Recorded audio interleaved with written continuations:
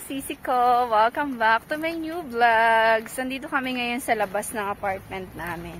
Pupunta kami ng school kasi botohan ngayon sa bansang Bulgaria. Sasamahan ko yung asawa kong bumoto. Pero tinatamad yan, ayaw magboto. Sabi ko, maging karapat-dapat siyang citizen ng bansang Bulgaria, bumoto siya. Kaya wala siyang choice kasi sasamahan ko siya. Sa apartment namin. Tapos, dito yung school. Nga pala, kindergarten school to mga sisi ko. Ito yung sa mga mga bata. Ang ganda din ng school dito. Malapit lang. Ayan. Walking distance lang pa sa apartment namin. Tapos dito. Ang ganda. First time ko nga lang pala dito makadaan. Usually, sa ibang daan ako dumadaan. Maglalakad lang tayo ng 10 minutes. Doon sa may puting building, nakikita nyo ba yung mga sisi ko? Kita siya dito. Ang ganda ng araw, mga sisi ko. It's sunny day, pero malamig. Yeah, sa katawan. Before that you said it's very cold, right? I thought so. But still cold to me. But the weather's good.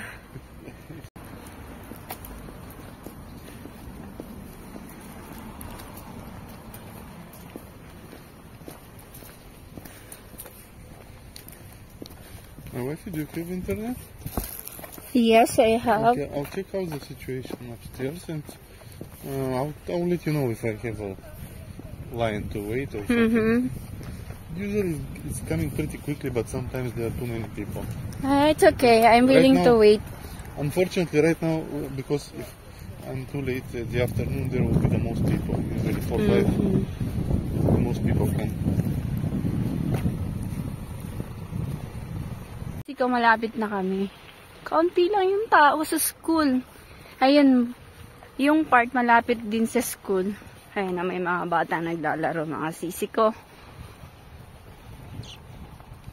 Ayan, mga sisi ko yung school na pupuntahan namin. Diyan boboto yung asawa ko.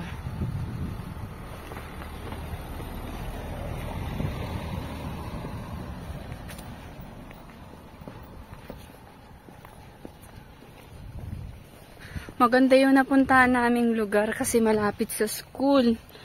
Malapit sa high school at saka kinder. Kilupitan ako ng asawa ko. Tinulungan ako ng asawa kung gupitin yung bangs ko. Ayan. Kaso parang hindi pumapantay. Yung existing na bangs siya yung nagupit. Parang napasobra siya. Pero okay lang. Bad daw para sa kanya. Hindi ko naman sinabing bad. Okay nga lang eh. Ayun na mga sisi ko. Malapit na tayo mga sisi ko. Walang gaanong tao. Imagine sa Pinas, kapag boboto yung mga Pilipino, ang daming nakapila. Pero dito, andun lang sila. All dahil nasa loob na sila ng school, mga sisi ko.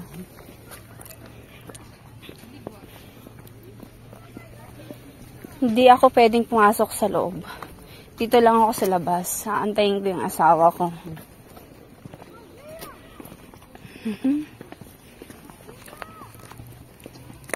Aantayin ko ang asawa ko. Message siya na lang ako kapag tapos na siyang pumoto. Dahil hindi pa tayo Bulgarian citizen, hindi tayo allowed mag-vote. Yeah, so you might vote if you want. But it's your choice. Of course. Okay.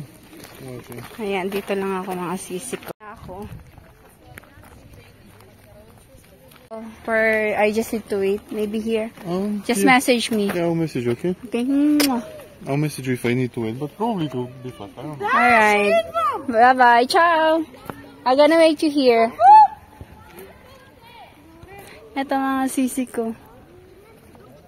Ang ganda ng dito. School nila. Tahimik. Ang lawak ng playground. May mga pulis dun.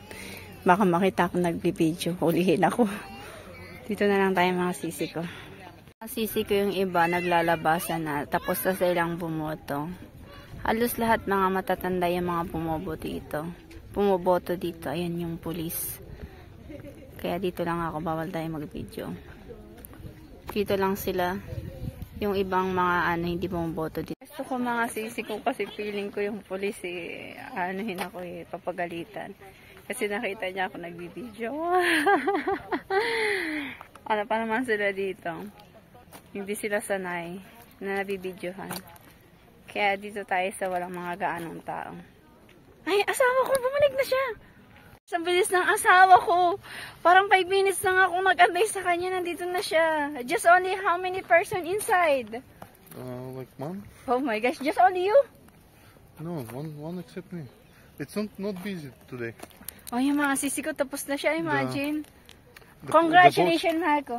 The voting percentage is just like congratulations sa asawa ko. Isang mamayang Bulgarian talaga na siya. My voter. Not... Sabi ko sa asawa ko dahil tapos na siya magboto. Maglakad-lakad kami, kabisaduhin namin yung lugar. Yung lugar namin. Remember the fat one? Yes. Really? Sisi ko, share ko lang, nakaka-surprise yung pagboto ng asawa ko. Ang bilis niya matapos, 5 minutes lang yata ang tinagal ko pag-upo. So, ang sabi niya, isa lang daw ang taong nakapila, kundi siya lang. You want to buy water from Tea Market? Later. No, now. Let's walk around, mahal ko. At least natapos na yung asawa ko sa kanyang pagboto. Ayaw nga niya mamoto kasi daw. So, sayang lang daw oras niya. Ang sabi ko sa kanya, bumoto siya, masasayang oras niya. For sure, konti na lang naman ang tao kasi alas 3 na ng hapon dito. So, siguro, kung maaga siya, maraming mga nakapila. Pero alas 3 na kasi, so, sakto lang yung mga sisi ko. Wala, pupunta kami dito sa kabilang area. Kami, titingnan ko kung may shortcut dito, papunta sa 82 bus. Para hindi na ako maglakad ng malayo mga sisi ko. Kasi ang ginagawa ko, mga sisi ko, doon ako sa kabilang daanan dumadaan. Paikot, parang ang iniikot ko. 10 minutes. Parang napansin ko, baka dito may daanan. Kaya try namin explore yung daan.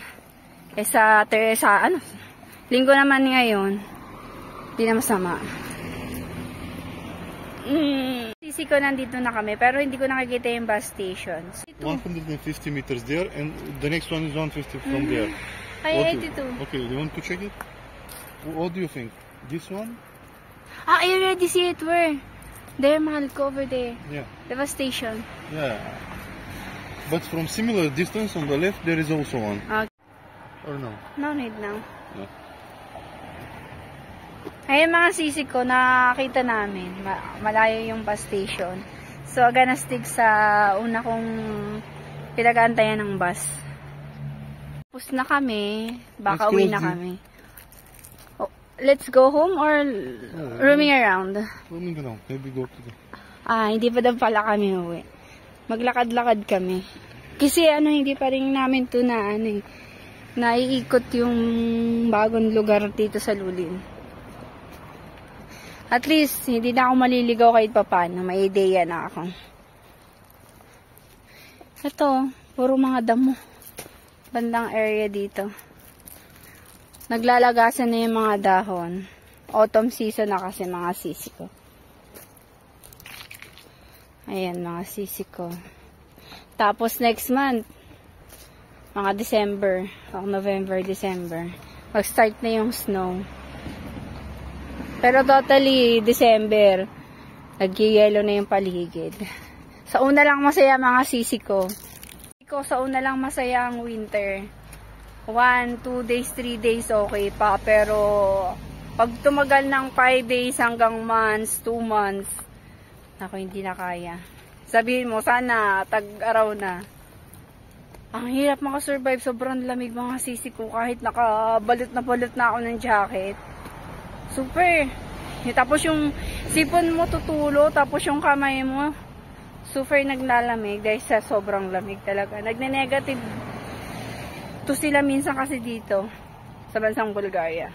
Yan lang nga sisi ko, share ko lang. Para may ideya kayo.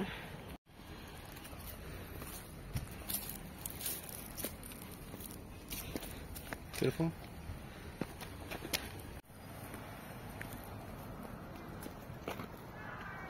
Ang maganda dito mga sisig ko. Maraming green scenery. Ayan o. Gusto ko yung mga dahon nila dito. Naglalagasan na.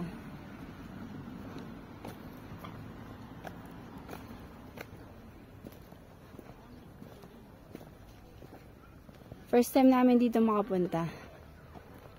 Ewan ko lang sa asawa ko kung napunta na siya dito. Sa likod siya ng apartamento namin. From the other side, Okay. near Tea Market. Let's go on the sidewalk. Let's walk on the sidewalk, aking mahal. Kami ng supermarket, mga sisi ko. Malapit na rin naman na kami dito. You can get now, yeah. Okay. Bibili kami ng tubig at saka patatas. Patatas ka dito. Yung patatas kasi dito mga sisi ko. Sa amin. Kaya na lagi kong niluluto. Kasi hindi na ako ganong makain ng kanin. Puro patatas at karne. O kaya nag-eksperimento ako. That's carne. It's meat. Oh, you don't need meat. Yeah. Mga sisi ko, dito na kami. Bibili kami ng tubig. At saka ng tubig pang inom. At saka ng, ano ba bibilihin namin? Patatas. Ayun lang, mga sisi ko. You don't buy potatoes. Yeah. I'll buy tomorrow from the... Hindi na pala kami bibili ng patatas kasi yung patatas hindi siya malinis. Hindi ay water na lang ang bibili namin. Ay, mga sisi ko, mga chocolate to. You want to eat Naka-promo. for tomorrow? Buy one biscuit. No, I already have bowl. Remember? But this one is... It's already. Yeah, I bought like this before. By the way, they increased them. It was $4.50. Yeah. One eternity later. Saan lang kami para bumili ng tubig. So, yan lang mga sisi ko. See you in my next vlog. Paalam, ciao. To wish the next. Ciao. Ciao. Ciao. Ciao.